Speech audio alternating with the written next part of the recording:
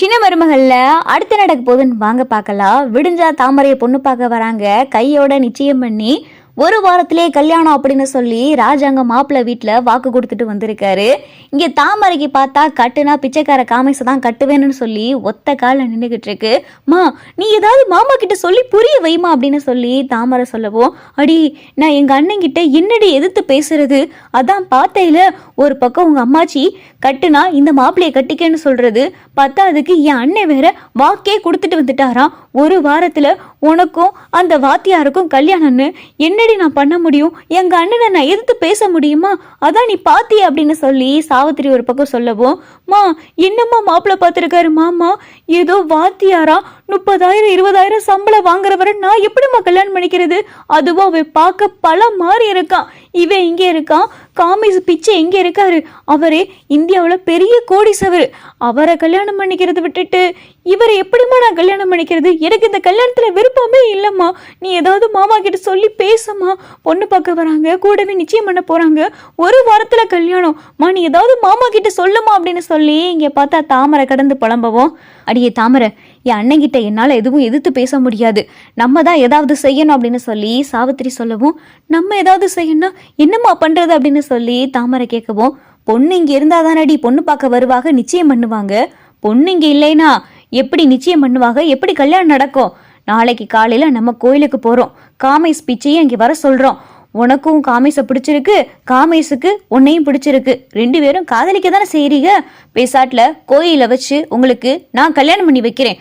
பெத்த அம்மா நான் இருக்கேன், என்னுடைய சம்மதத்தை விடையா மற்றவங்க சம்மதம் வேணும், உனக்கு அவரை கல்யாணம் பண்ண விருப்பம் இருக்கு, அவருக்கும் கல்யாணம் பண்ண பிடிச்சிருக்கு, அப்புறம் என்ன, அவரு எம்பிட்டு பெரிய கோடீஸ்வரரு, பேசாட்டில் 2 பேரும் கல்யாணம் பண்ணிக்கங்க, கல்யாணம் பண்ணிட்டு நீ அப்படியே காமேஷ் வீட்டுக்கு போயிரு, அப்புறம் நடக்கிறத பார்த்துக்குருவோம், மாலையும் கழுத்துமா நீ வந்து நின்னேனா எங்க அண்ணனால என்ன செய்ய முடியும், அப்படித்தான் உருகி உருகி மகளை வளர்த்தாரு, பவானி என்ன பண்ணா, வீட்டை விட்டு ஓடி போய் ஒரு வாத்தியாரை கல்யாணம் பண்ணிக்கிட்டு தானே வந்தா, முதல்ல வீம்பு பிடிச்சாங்க, அதுக்கப்புறம் பவானி ஒரு பிள்ளைய பெற்றுக்கிறவோ இந்தா அவளை வீட்டோட சேர்த்துக்கிட்டாங்க, அதே மாதிரிதான்டி உனைய இப்ப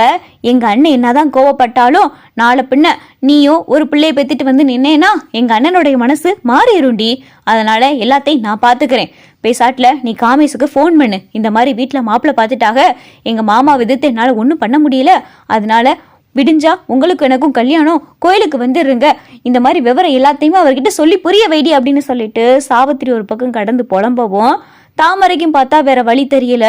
இங்கே இருந்தோன்னா வீட்டில் ஏதாவது சொல்லி நம்மளை அந்த வாத்தியாருக்கு கல்யாணம் பண்ணி வச்சிருவாங்க, நம்ம மனசில் காமேஷு பிச்சை தான் இருக்காரு, காமேஷு பிச்சைக்கும் என்னைய பிடிச்சிருக்கு, எனக்கும் காமேஷு பிச்சையை பிடிச்சிருக்கு, அவர் பெரிய கோடீஸ்வரர், அவரை கல்யாணம் பண்ணிட்டு பெரிய கோடீஸ்வரியாக வாழணும், அதனால வீட்டை விட்டு போயிடணும் அப்படின்னு சொல்லி தாமரைக்கும் பார்த்தா இந்த முடிவு சரியா இருக்கு. ராத்திரியோட ராத்திரியா பார்த்தா சாவித்திரியும் தாமரையும் வீட்டை விட்டு வெளியே வந்துடுறாங்க.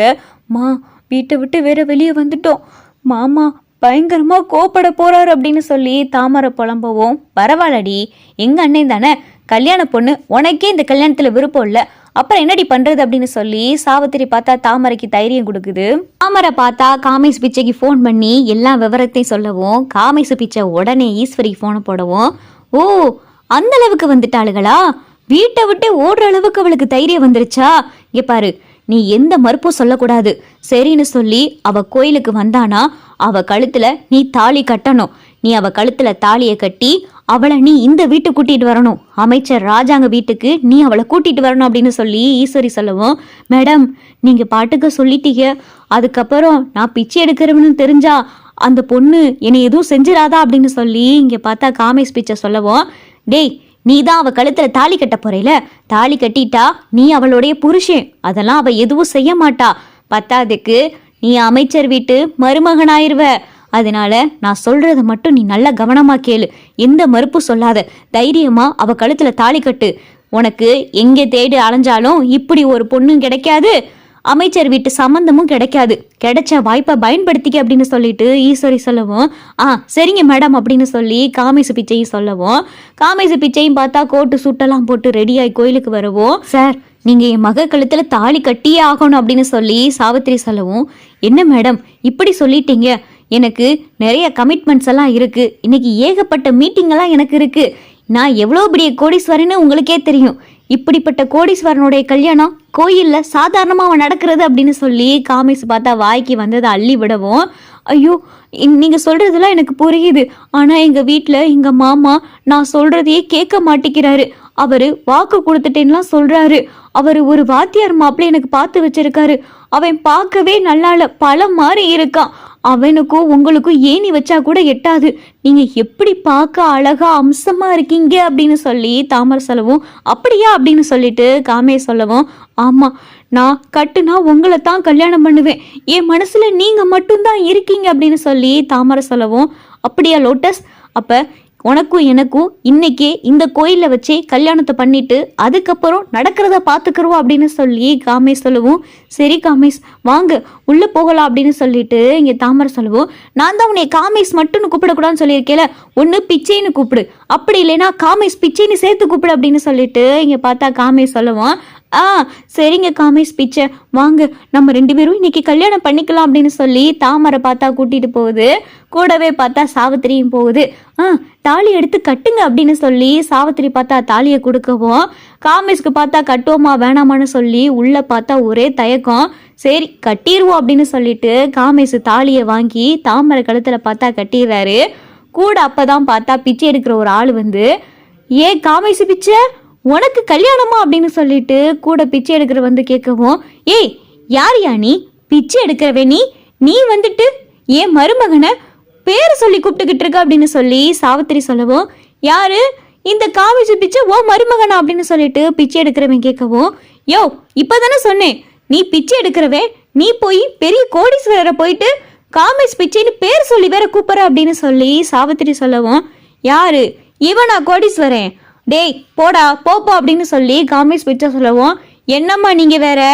எங்களோட உட்காந்து பிச்சை எடுக்கிறவனை பிச்சைக்காரன் தானே சொல்லுவாங்க, பிச்சைக்காரன் எப்போ கோடீஸ்வரனா, பிச்சைக்காரனுக்கு உங்க மகளை கொடுக்குறீங்கன்னா உங்களுக்கெல்லாம் எவ்வளோ பெரிய மனசு வேணுமா அப்படின்னு சொல்லிட்டு பிச்சை எடுக்கிறவர் சொல்லவும், என்ன சொல்றாங்க இவங்க அப்படின்னு சொல்லிட்டு இங்க பார்த்தா தாமரை காமேஷ் பிச்சையை பார்த்து கேட்கவும், அவ ஏதோ பைத்தியம் வளர்றே அப்படின்னு சொல்லி காமேஷ் பிச்சை சொல்லவும்,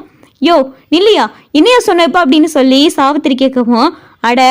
ஆமாம்மா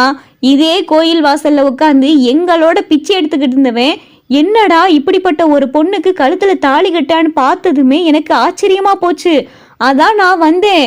இப்படி பிச்சை எடுக்கிறவனுக்கு உங்க பொண்ணை கொடுக்குறீங்க பாருங்க, உங்களுக்கெல்லாம் பெரிய மனசு வேணுமா, கட்டுனா ஒரு பிச்சைக்காரனை கூட கட்டி கொடுப்பேன்னு வார்த்தையில சொல்லுவாங்க. ஆனா பிச்சைக்காரனுக்கே உங்க பொண்ணை கல்யாணம் பண்ணி வைக்கிறீங்க பாருங்க, உங்களுக்கெல்லாம் பெரிய மனசுமா. காமேஷ் பிச்சை உனக்கு எங்கேயோ மச்சம் இருக்கியா, பிச்சை எடுக்கிற உனக்கு